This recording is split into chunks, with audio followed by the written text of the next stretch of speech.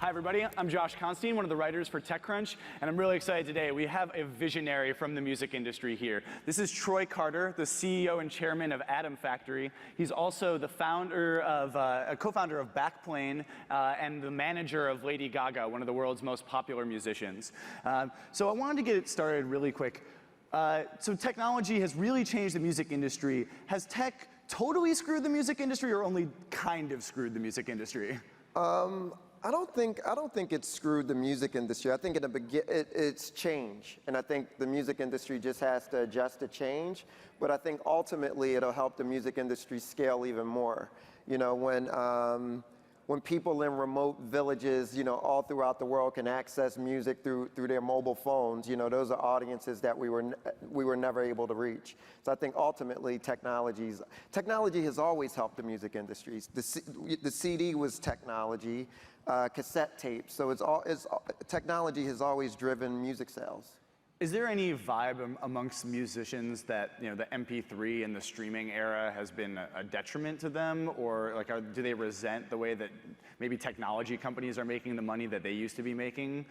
I don't think you get that resentment from actual musicians. You may get it, you know, from record company executives and publishing executives.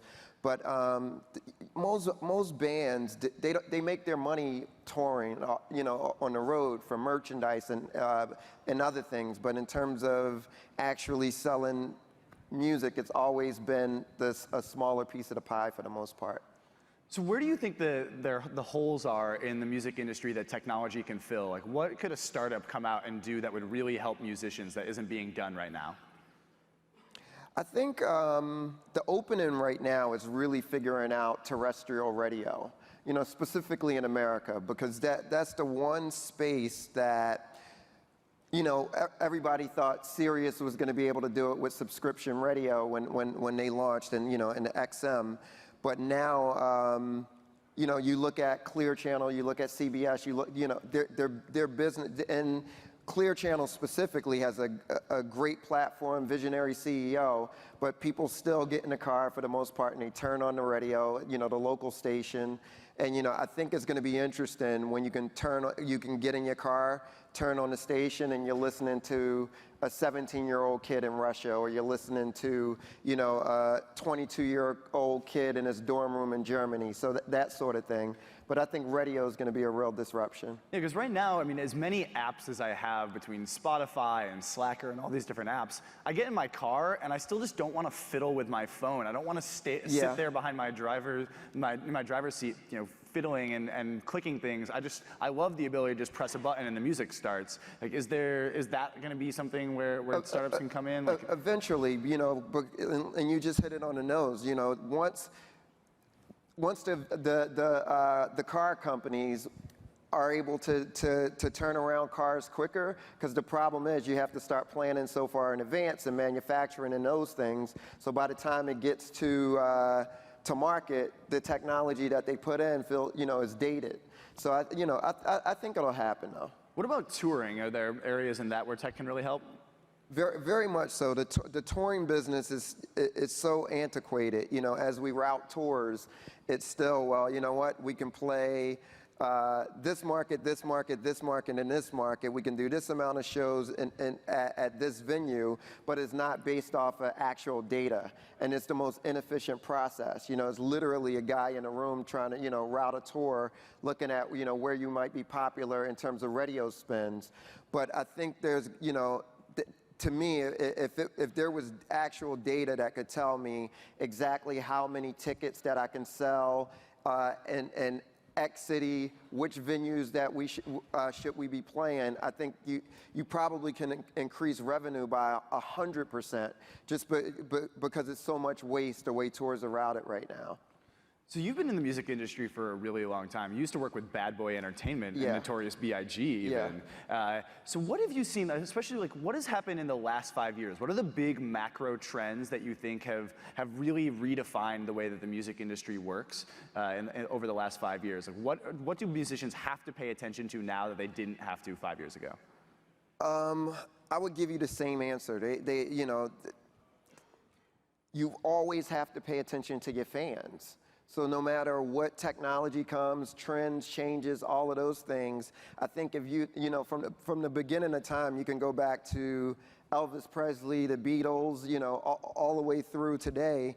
If you don't have that direct relationship with the fans, and now you have so many more ways to reach that audience, so whether it's YouTube, whether it's Twitter, whether it's Facebook, and it's a million ways to reach them now. So I just would say just continue to double down on that relationship. Which of the social networks are you finding the most valuable for your artists? I couldn't say a specific one. When you look at, we work with Lindsay Sterling, who's, is a YouTube phenomenon, who, she has 300 million views on YouTube. She can post a video just saying hello to her fans, and she's going to get a few million views. So YouTube is her medium of choice. You look at Lady Gaga, she uses Twitter, but she doesn't use Facebook. So I think it depends on which artist. So it's everybody kind of has their own choice of what works for them. Wait, I thought Lady Gaga had one of the largest Facebook fan counts in the world. No, she does. But she doesn't do it herself? No, it's a fan page that we put up. So we kind of repurpose content to put up, but she doesn't post. It's more of a bulletin board for us. So how does an artist determine which is the medium that works best for them? It's like picking the car that you like, that you want to drive. So I think it depends on a specific fan base. I think it also depends on, ease of use, but there's no formula to it. Yeah. Great. So let's talk a little bit about what you've invested in. You're a really prolific investor. I mean, you have an angel firm, right? Yes. And some of the things that you guys have invested in include Spotify, Dropbox, Uber. You're killing it right now. How are you picking? Oh, yeah, knock on wood, just in case the regulators come after Uber. Now, what is it that you're looking for? What are the big trends or areas that you think are fascinating that other VCs out there should be thinking about? Because if they want to recreate your track record. You know what? We look for dynamic founders. And it's almost kind of we've developed the same filter that we've been able to develop with signing artists, and we treat founders the same way we would treat artists. So most of the guys who come to us have come through trusted filters, whether it's Menlo, whether it's Google Ventures, whether it's Andreessen Horowitz. So we invest alongside of some really smart guys.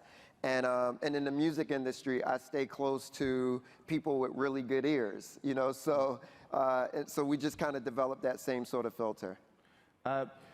What is it? So what's your investment philosophy beyond dynamic founders? What is it in a founder that tells you that they're dynamic, that says this is somebody I have to invest in, even if the business model looks a little shaky at first? One, the business model can't look shaky for us. So we want somebody with a very clear vision of where the company is going to go, with the humility to be able to ask the right questions and also curiosity. So you just know it. To me, it's the same thing we use when we find an artist. It's no specific formula. When they walk into the room and they sit down and they pitch you, you just know it's the right guy. What is it that girl? What is it that makes or breaks a deal with you? Is there something? Are there any is it the team or previous investors? Valuation a lot of times. I think now we're starting to see valuations become a lot more reasonable. But I think last year we went through about a year and a half ago, where the valuations out the gate, pre-launch, you saw $100 million valuations. And, and to me, it just puts way too much pressure on the company to come out that big. So we walk away from from high valuations, from founders who we don't think, where the idea is fully fleshed out. Those are probably the major two things. So what are the new areas that you're getting into? I know you've talked a little bit about health, that you're getting interested in that. Why is health an area of interest right now? Because it's so antiquated. I was at the doctor's with my mom even over the past week, And you go in, you have to fill out forms at the same form pretty much at every single doctor that you go to. They're having a terrible time sharing information. It's a lot of inaccuracies, between the doctors conversating. So that field is a field that, I think we're going to definitely look to invest heavily in over the next couple of years. And then also education. What's going on in education? Just same sort of thing. I think America's education system is in trouble right now, and we're still educating kids like it's the 1950s. So I think once we can figure out how to integrate technology into public education, and we can figure out how to identify and best-of-class teachers, and allowing that teacher in Missouri that's just a rock star, when kids can come into a classroom, you have a teacher's assistant in the class, but this teacher from Missouri is on the screen giving a lesson. I think that's way more efficient and is better for the kids in that classroom. And you can scale that, actually. So we're paying close attention to what's happening in that space. What's the last? You just got to get around the teachers' unions first, because they don't want to hear that. Yeah. So what's the last thing you've invested in? The last thing we invested in was Ubeam. Yeah, why were you so fascinated with that? Ubeam was interesting because that was a company where Gaga actually, we had a meeting with a very prominent technology founder in the Valley, and she had this idea about this wireless charging. I should be able to walk into a room and my cell phone should be able to charge as soon as I'm walking into the room through Wi-Fi. And the guy just told us, it's never going to happen. The technology's not far enough. I've looked at MIT, gave us the whole spiel. And we met this founder, and she just super dynamic. And so her product is a fantastic product. So that was our last investment. So what's Lady Gaga's stack? Like, what's she got in her pocket? Or if she even Money? has pockets in those weird meat dresses and things she wears? What's the question? What kind of technologies is she using on a day-to-day basis? Is she an Android user? Is she getting into any of is she fascinated with Bitcoin and 3D printing, which it seems like everyone is all about now? I think 3D printing is going to be very interesting, and we're looking at some things in the space right now. Cool. Yeah. So let's move into this really big area that I think is going down right now, which is Hollywood and the technology sector sort of intersecting. What's going on with music licensing? I always imagine that as social games come out, if you ever played a social game and the music is just terrible and it doesn't draw you into the game, it doesn't have that same emotional resonance the way that a movie does. Why? Is there going to be more big professional musicians licensing music into games? Do you think that's going to be an area of booming? I hope so. What's interesting now, and I don't think it's hit the wave mainstream yet, but you have founders, you have record company CEOs like Lucian Grange, who oversees Universal Music Group, which is the largest music company, who I think Lucian gets a bad rap because, in the past, before he was the head of the company, Universal was very litigious in their approach to technology. The approach was, it wasn't collaborative. It's, okay, let's sue you, and then we can talk about it later or whatever. And I saw them put, lots of companies out of business that way. The problem is, with as progressive as Lucian and his company are becoming, you have music publishers who actually control the song. That it's a shame how they're treating some of the young technology founders that I think could be incredibly helpful and help them make a lot of money at the same exact time. So I think until we see a new regime of music publishers, we won't have great music in video games, because I think it's going to be too expensive for the video games to license at this point. And so I'm hoping over the next few years, as the executives change at the music publishing companies, that the new executives will be much more progressive. So what about celebrity investors? Why is this happening right now? Why are we suddenly seeing all these celebrities pouring their money into tech companies? You have some really good ones. You know, we do a lot of co-investing with Ashton Kutcher, for instance, right? Where Ashton is one of the smartest guys that I've met. He understands product, you know, really, really understands product. You mean that stoned kid from that 70s show is the smartest guy you know? It was from getting stoned, but no. Oh, don't tell the kids that.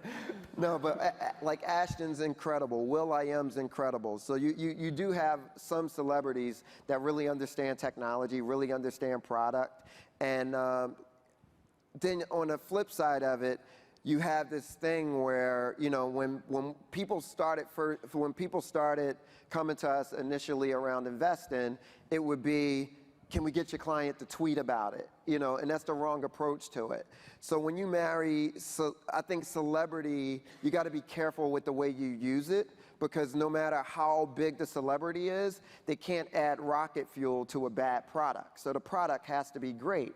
But when you have a great product and you marry that to a celebrity's fan base, and the fans can actually get value out of it, and the celebrity can actually get value out of it, and they're incentivized through being able to invest in it or get advisory shares, I think that's the perfect marriage versus, you know, just what we've been seeing a trend of, you know, let's get this. I'm being nice right now, but just say it. No, but let's He's got the hair.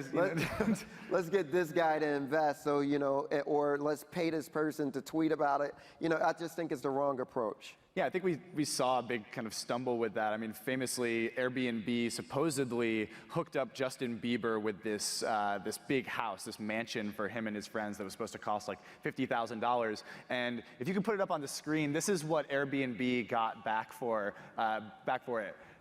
Sunshine, #Airbnb. That doesn't really say anything about the product. That doesn't really, I don't know how anyone could think like that's what you know what? The wrong approach would have been a B&B sort of infomercial.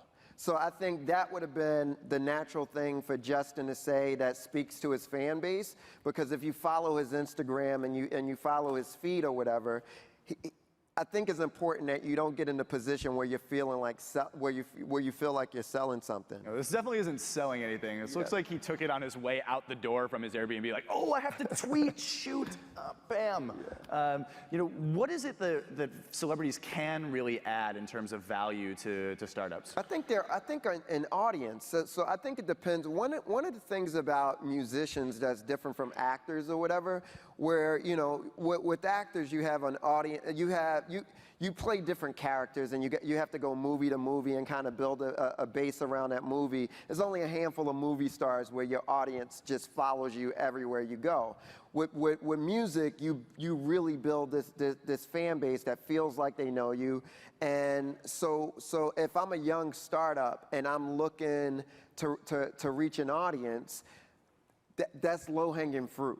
You know, but I think it's the way you have that conversation with that audience and making sure that it feels authentic. So are you saying that startups should be more interested in taking on musician investors than actor investors? I don't think it's investors, though. I think advisors, or not even advisors. It's how do we, like some companies in our portfolio, like, you know, so for instance, we have a company, chill.com, in our portfolio that, you know, they do a lot in video. So what we would do is we would take one of our younger bands or whatever, and we would be able to integrate, you know, that band's their videos and their messages and everything into the product, almost as a beta test for Chill, where you're working with a forgiving audience. You know, you're not working with, you know, it's not 50 million people, you know, that if you bring a Gaga or somebody like that to the product, you know, it's almost like an internal beta test with a real audience. What is the sort of success story you've seen with celebrity investment? Like, where was one where you're like, wow, this company was doing okay, and then this celebrity came on, they were perfectly matched, and the both of them just really benefited from it?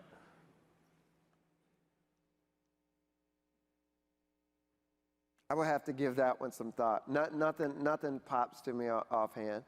That's kind of a bad sign that of all the celebrity investments, there's nothing that pops to mind that like anyone really added value or was like a big home run out of it. Because we don't really follow celebrity investment. Yeah. I couldn't, but I look at Ashton as an investor, so that's why I kind of follow what Ashton does, so I wouldn't really know what celebrities are investing in what.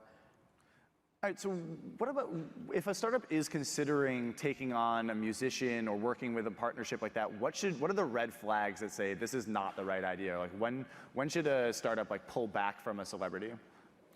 I just think it just goes back to it. It's like, you can't use celebrity for the sake of celebrity. I think you have to have a clear strategy on how you want to roll out the product,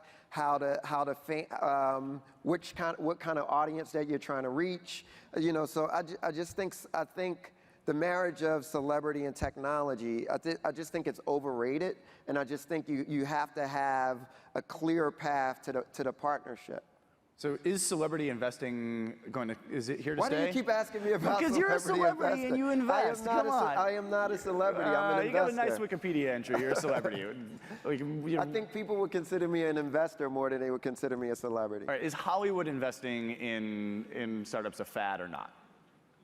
I have no idea if it's a fad. You told me last night it was a fad. Okay. Well, I really appreciate it. I think the insights that we got out of this were, the technologies come and go, but a musician and an artist have to really focus on their product. You can't, adding a celebrity investor doesn't add rocket fuel to a bad product. No, exactly. It does not add rocket fuel to a bad product. To a great product, you can build an incredible relationship. And if you get Troy on the phone, he might tell you that celebrity investing is a fad. So watch out for that. Thank you guys so much for watching, and thank you for coming out. Please.